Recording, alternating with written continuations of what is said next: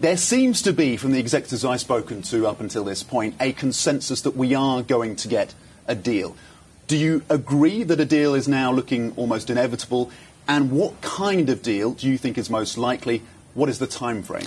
It looks a lot better, and for the first time I'm hearing from both countries a certain optimism that a deal is in the works. Probably 2 or 3 months. I'm not sure exactly how long it will take. The tough issue right now is enforcement, verification. What happens if the deal doesn't come through? What happens if China doesn't deliver on some of the promises? What do you do? And I think that is the problem. So the U.S. would like to keep tariffs. China they're going to be hard pressed to sign a deal that has tariffs, where we still have tariffs on them. That is, I think, what is being discussed now is how do we enforce this? And you have clients, of course, from across the globe. If we do get a deal that, as President Trump says, tariffs are going to remain, even if part of those tariffs stay after a deal, what is the impact likely to be on your clients, on corporations around the world? Are they likely still to get a benefit even if tariffs remain in place to some degree? Yes, because it gives them certainty. Right now, the big problem is they just don't know what's going to happen in 3 months, what will happen in 6 months. Should I move my plant? Should I move my supply chain? So if they knew, look, this tariff is going to be in place for 5 years, I don't think they would like it because the private sector doesn't like tariffs. But I think they would appreciate the certainty. Right now, the uncertainty is what is holding investment up, and I think it's holding back growth around the world. Does the end of the Mueller investigation strengthen Trump's hands in these negotiations? I think it enables him to focus on this. The Mueller investigation took a lot of time from the White House. I think it may give him a certain sense of confidence that the deal that he strikes will be supported by his base and by Congress. He will get criticism by Democrats, there's no question about it. But yes, I think it gives him flexibility, it gives him a sense of confidence.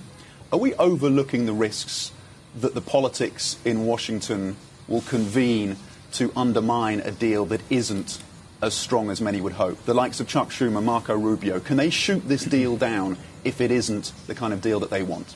Well, it's not a treaty, so it doesn't have to go through Congress, but there will be a lot of there will be criticism that the deal wasn't tough enough, that the president wasn't tough enough, that the administration wasn't tough enough.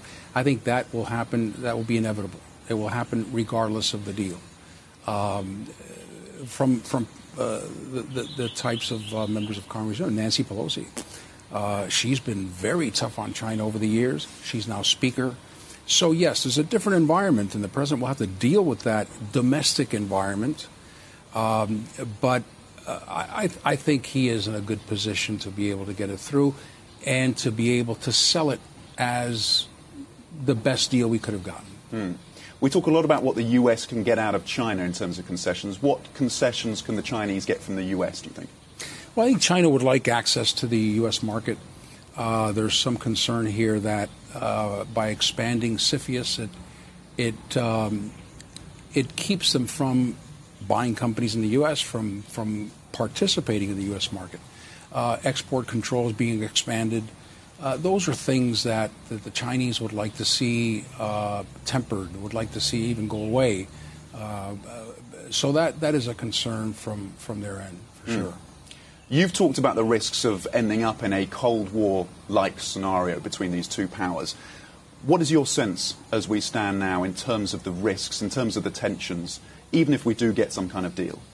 Look, I'm concerned about the way we think about China. We've called them in our national security strategy a strategic competitor. Competitor doesn't bother China. We all compete, and that's part of business. But when you say strategic, that tends to imply that they are a rival, that they are an enemy, that what's good for them is bad for us. That worries me. because the interpretation of the Chinese can lead to a misunderstanding, can lead to certain actions. And as we go back, and the president goes back with a deal, and we're entering a campaign, a presidential campaign, I can see China playing a role almost like the Soviet Union. Who can be tougher on the Soviet Union? And if people feel that the deal wasn't good enough, that will be part of the campaign in 2020. Who can be tougher on China? So yes, I'm very concerned that it's almost like a Cold War that is being designed as opposed to being a legitimate rivalry or animosity. We compete, but we're not enemies. The other set of trade tensions is between the US and the EU, and Trump has until mid-May to make a decision on tariffs on auto imports. Is he likely to do that? How dangerous could that set of trade tensions become? I think there have been enough examples of the unintended consequences of tariffs. The automobile tariffs, the 232, would be explosive, to say the least, because you're talking about automobiles and components. And it gets complex because our biggest export of automobiles from the U.S. are German cars. But now we're going to slap tariffs on German components. It will get very, very messy.